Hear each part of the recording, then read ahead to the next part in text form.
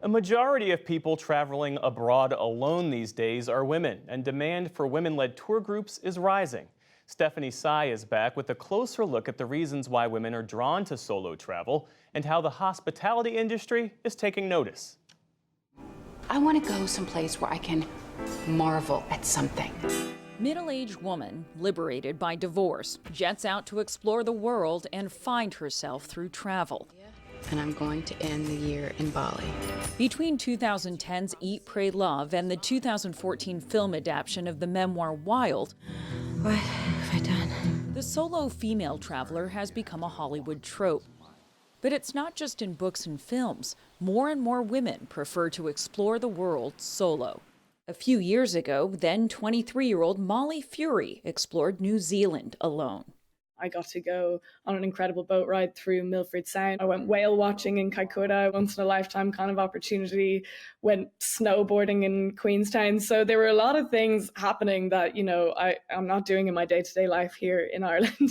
Yes, she returned with great adventures under her belt, but I came back and I felt like people were expecting me to have something interesting to say about it. I was kind of struck by the fact I didn't have some big epiphany or big transformation or self-discovery to share. The things that actually mattered or that I actually learned from would never show up in a film. she later wrote a piece for Vogue titled, "I Failed at Solo Female Travel," noting that what she learned on the trip was more mundane, how to shop, get gas, and navigate a foreign country on her own. I was always afraid and sometimes panic-stricken when I first started out. Barbara Winard did what Molly did in her 20s too, but at a time before solo female travel was as commonplace. Her first solo trip was to Europe in 1970. People would always ask me where my husband was. Wasn't I afraid of traveling alone? How did my husband allow me to travel? And I didn't have a husband at the time, so I would make something up. Now 75 and married, she still takes solo trips, but with many female travelers doing the same, she's rarely alone. I may go places by myself, but I kind of have made a lot of friends who love to travel, so I have alternatives now. When I first started traveling, no one wanted to go where I wanted to go or when I wanted to go, so I felt I had no choice. One of the people Winard met in her travels was Patricia Patton. As a young black Pan Am flight attendant in 1970, she was already a pioneer. World travel pushed the frontier even further. Travel has been really helpful in supporting me and my desire to live into the fullness of who I am, to push into those margins and my boundaries. She says it's become more and more socially acceptable for older women, married, divorced, or otherwise, to travel solo. Because so many of our mates have made other choices besides accompanying us on something that maybe we want to do, I think that women feel that they can relax, they can create the kind of memories that they want, traveling solo, and that not disrupt the relationship. Because that's an antiquated idea anyway. And technology has only made solo travel easier, says University of Florida tourism professor Heather Gibson, who began researching solo women travel in 1998. When we first started our solo women research back in the late 90s, there wasn't a mobile phone. And so one of the things that many of the women spoke to us about was, fleeting loneliness, for example, or, needing to find a way to share their experiences back home. Smart mobile phones mean not only communications, but maps, GPS, booking accommodations are all at one's fingertips.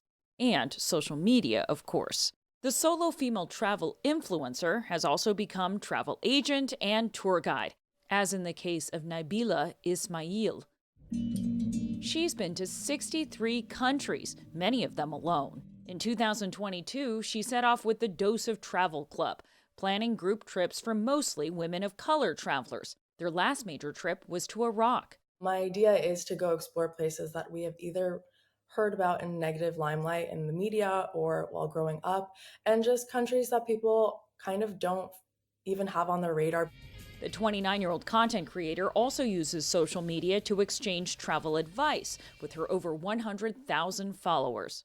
It's helped me make my friends while traveling, and it's made solo travel that much more enjoyable. And it also kind of fuels my travel addiction. There's always something new being added to my bucket list based on what I'm seeing online. There's a growing market catering to solo female travelers like Ismail and her followers. Companies like Air India introducing rows reserved for solo women travelers.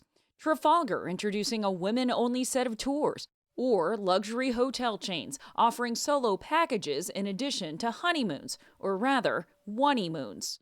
And post-pandemic, some travel companies reported that 85% of their solo travelers are women. I don't know if you've ever walked past a mirror and seen your reflection and not recognized yourself, but often travel will give you that experience as well. For Patricia Patton, years of solo travel have helped form her identity. When I initially started to travel, I realized that not everybody lived the same and that I personally could decide how I wanted to live.